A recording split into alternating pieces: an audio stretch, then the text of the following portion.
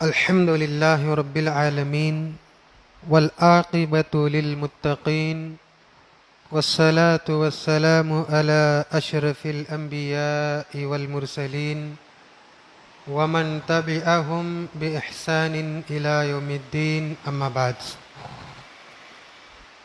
أعوذ بالله من الشيطان الرجيم.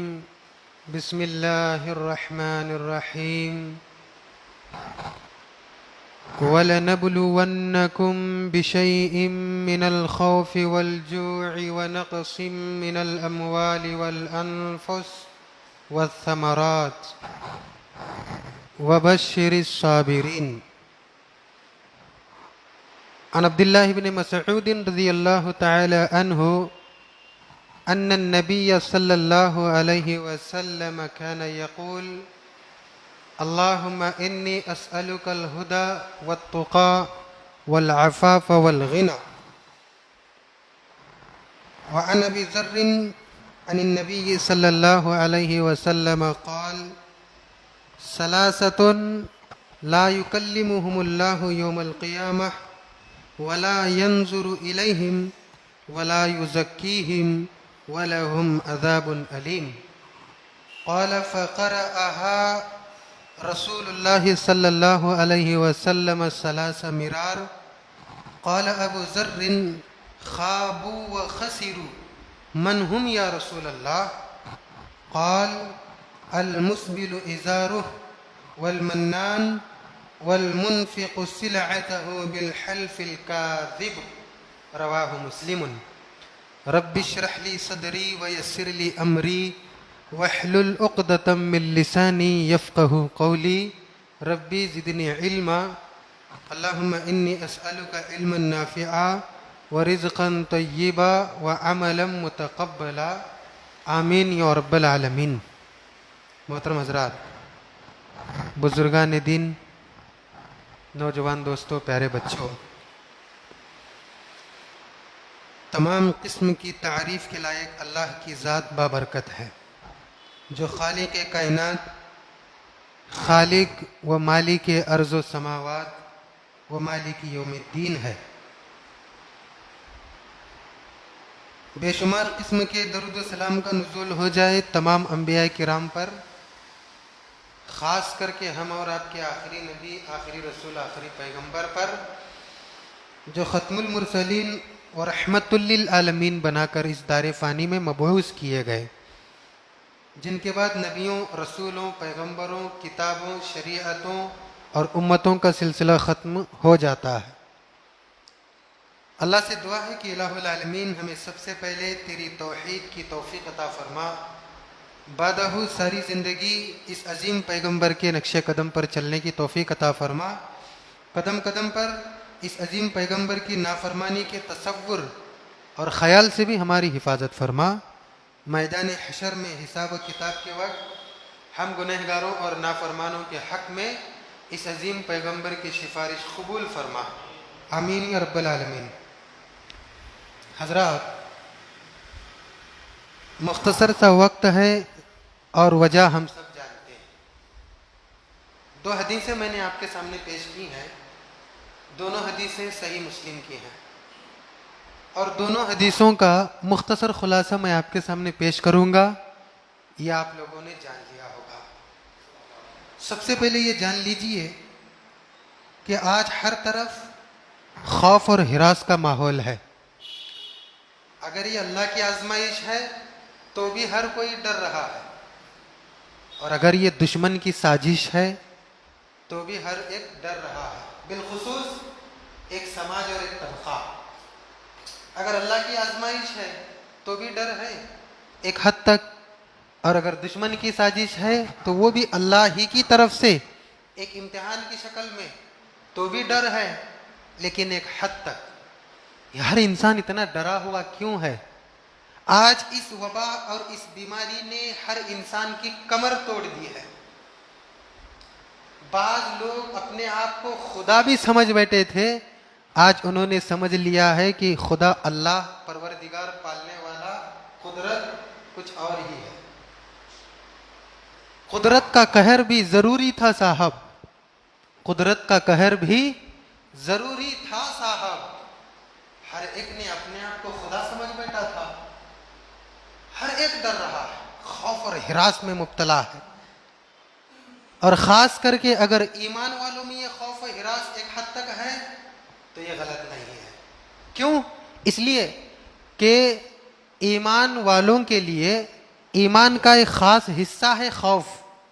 اللہ تبارک و تعالی قرآن مجید میں سورہ بقرہ میں ارشاد فرماتا, مشہور آیت کئی مرتبہ ہم اور آپ سنتے رہتے ہیں, وَلَنَبْلُوَنَّكُمْ بِشَيْءٍ مِّنَ الْخَوْفِ وَالْجُوعِ وَنَقْصٍ مِّنَ الْأَمْوَالِ وَالْأَنفُسِ وَالثَّمَرَاتِ وَبَشِّرِ الصَّابِرِينَ. ہم تمہیں ضرور بضرور آزمائیں گے بعض چیزوں میں. اور جو اللہ نے لسٹ کا ذکر کیا ہے اس میں سر فہرست خوف کا ذکر ہے. من الخوف, سب سے پہلے ہم خوف سے آزمائیں گے.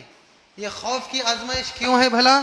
اس لیے کہ یاد رکھیے, آدمی کسی بھی فیلڈ میں کام کرتا ہے, اس فیلڈ میں کام کرتے ہوئے کامیابی کی کوشش کے ساتھ ساتھ ایک قسم کا ڈر بھی اسے لگا رہتا ہے کہ کہیں میں پھسل نہ جاؤں, کہیں میں کمزور نہ پڑ جاؤں, اور یہی خوف اس کو مضبوط کرتا ہے. اور اگر آدمی اندھا دھند روپے پیسے لگایا, مال و دولت لگایا اور بہت کچھ خرچہ کر کے میدان میں قدم رکھ دیا, نہ خوف نہ امید, نہ ہے میرے ہاتھ سے سب کچھ ہونے والا ہے, تو ایک دن پٹکنے کھائے گا. تو خوف انسان کو مضبوط کرتا ہے. اسی لیے اللہ تبارک و تعالیٰ نے ایمان والوں کا ایک خاصہ بیان فرمایا کہ جو کہتا ہے کہ میں ایمان والا ہوں, ہم انہیں آزماتے ہیں. اور آزمائش میں سب سے پہلا دروازہ کھلتا ہے خوف کا, ڈر کا. اور ڈر کسی بھی شکل میں ہو سکتا ہے, جیسا کہ بھوک اور پیاس, قحط سالی, نقص من الاموال والانفس, بے اولاد کرنا, قحط سالی پھل فروٹ کو کم کرنا, اناج کو کم کرنا, بیماری کی شکل میں, دشمن کے حملے کی شکل میں, اندھیرے کی شکل میں, جادو ٹونے کی شکل میں, کسی بھی شکل میں, یا آپسی اختلاف کی شکل میں.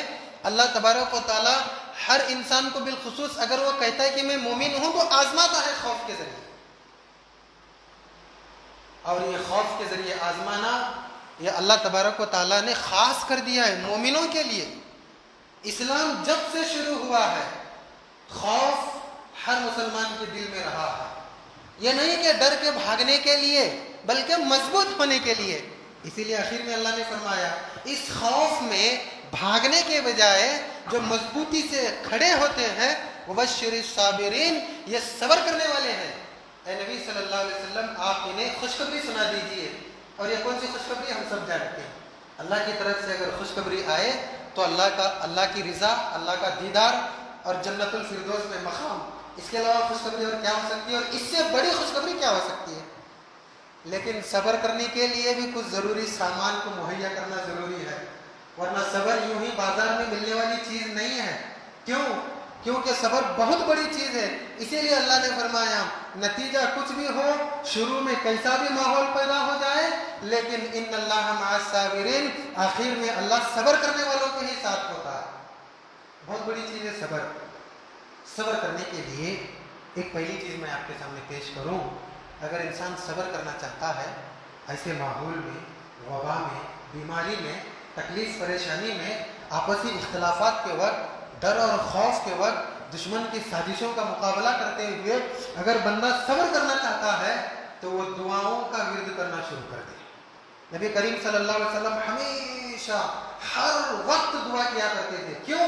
کیونکہ دعا مومن کے لیے بہت ہی بہترین اختیار ہے. ہم سب جانتے ہیں دعا سے بندہ اتنا مضبوط ہوتا ہے اور اللہ تبارک و تعالیٰ اس کے لیے اتنے راستے کھول لیتا ہے. یہی وجہ ہے کہ اللہ کے نبی صلی اللہ علیہ وسلم ہمیشہ ہر وقت دعا کیا کرتے تھے, ہر وقت. ایک نقطے کی بات میں ذرا جلدی میں پیش کر دوں. اللہ کے نبی صلی اللہ علیہ وسلم بیت الخلاء جاتے وقت ایک دعا پڑھتے تھے, بسم اللہ اللہم انی اعوذ بک من الخبث والخبائث. باہر آتے وقت کیا پڑھتے تھے؟ ایک جگہ اللہم غفرانک, اور ایک جگہ صرف غفرانک. یہ غفرانک کیا ہے؟ اللہ مجھے معاف کر دے. اور ظاہر میں معافی کب مانگی جاتی ہے؟ اگر غلطی ہو تو, گناہ ہو تو معافی مانگی جاتی ہے. اللہ اکبر, پیارے پیغمبر کیا گناہ کیے بھائی, فطری تقاضے کو پورا کر کے آئے ہیں اور اللہ سے معافی مانگ رہے. کیوں؟ آپ تاریخ اٹھا کر دیکھیے, سیرت نبوی کو اٹھا کر دیکھیے, صبح سے شام تک ہر وقت نبی صلی اللہ علیہ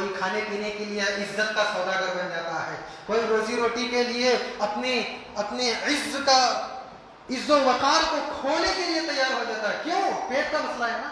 اسی لیے اللہ پاک دامنی کی توفیق عطا فرما. چوتھی بات، اللہ کے نبی دعا کرتے ہیں، اے اللہ والغنا، دنیا کی بے نیازی کا میں تجھ سے سوال کرتا ہوں. یعنی مجھے دنیا میں کسی کا محتاج مت بنا، مجھے ایسا نہ بنا کہ میں دنیا میں لوگوں کے سامنے ہاتھ پھیلاؤں یا کسی اور کو میں میرا ضرورت کو پوری کرنے والا سمجھوں. اللہ تو ضرورت کو پوری کرنے والا ہے، مجھے صرف تیرا محتاج بنا. اب بتائیے نبی صلی اللہ علیہ وسلم کب کس کے سامنے اپنی محتاجی کا اظہار کیے ہوں گے؟ بتائیے ذرا. ساری کائنات کے لیے نبی صلی اللہ علیہ وسلم سوال کرنے والے کے لیے اس کی مدد کرو، اس کی مدد کرو، اس کی مدد کرو. نبی نے کبھی ایسا نہیں کہا ہے کہ میری مدد کرو. اے مدینہ کے لوگوں، محمد اور عائشہ بھوکی ہیں، ذرا کھانا کھلاؤ، تاریخ اٹھا کر دیکھو، کبھی نہیں بولے. اس کے باوجود بھی نبی صلی اللہ علیہ وسلم دعا کرتے ہیں، اللہ دنیا کی بے نیازی کا میں تجھ سے سوال کرتا ہوں. غزوہ خندق میں خندق کھودتے وقت ایک صحابی آئے، کہنے لگے اللہ کے رسول صبح سے بھوکا ہوں، نڈال ہو گیا ہوں کھود کے. نبی نے کہا کیا ہوا؟ پتھر باندھا پیٹ پر. نبی صلی اللہ علیہ وسلم نے فرمایا اچھا کتنے باندھے ہو؟ ایک. نبی نے اپنا لباس مبارک اٹھایا، کہا میں تو 2 باندھا. اتنا دنیا سے بے نیازی کا اظہار کرنے والے پھر بھی اللہ سے دعا کرتے. کیوں؟ کیونکہ ضروری ہے. آج تو میں بے نیاز ہوں، آج میں سب کچھ ہوں، لیکن کل پتہ نہیں میرا ایمان ڈگمگا جائے اور میں کسی کو ضرورت کا پورا کرنے والا سمجھوں، یا کسی کے سامنے جھک جاؤں، یا کسی کے تلوے چاٹنے لگ جاؤں، یا کسی کا میں اس کی خوشامد کرنا شروع کر دوں، اس کی تعریف کرنا شروع کر دوں اور اسی کا ہو جاؤں، اور صحیح غلط میں اسی کا میں ساتھ دینے لگوں، نہ کبھی اسے ٹوکوں نہ کبھی اسے روکوں. کیوں؟ کیونکہ میں نے اسے روزی رزق کا مالک سمجھ لیا. ہوتا ہے آج ایسا، اور آج ایسا لوگ کر رہے ہیں. اسی لیے نہ غلط کام رک رہا ہے نہ گناہ رک رہا ہے. کرنے والے بات کر رہے ہیں اور روکنے والے بات اس لیے نہیں روک رہے ہیں کہ اگر وہ روکیں گے تو وہاں سے دروازہ بند ہو جائے گا. اسی لیے اللہ مجھے صرف تیرا محتاج بنا. یہ 4 دعا اگر ہم کریں گے اتنا مضبوط ہوں گے انشاءاللہ. کیا ہے؟ اللہم انی اسألک الہدی والتقی والعفاف والغنی. میں سمجھتا ہوں کہ یہ دعا سب کو یاد ہوگی، پھر بھی ایک مرتبہ میں ورد کرتا ہوں، آپ کریے. اللہم انی اسألک الہدی والتقی والعفاف والغنی. اللہ سے دعا کرتے ہیں اللہ تبارک و تعالی ہمیں اس دعا کا زیادہ سے زیادہ ورد کرنے کی توفیق عطا فرمائے. ایک دوسری بھی حدیث تھی لیکن چونکہ دیا گیا وقت میرا مکمل ہو چکا ہے، پھر کبھی انشاءاللہ میں ایسی حدیثوں کا آپ کے سامنے خلاصہ پیش کروں گا.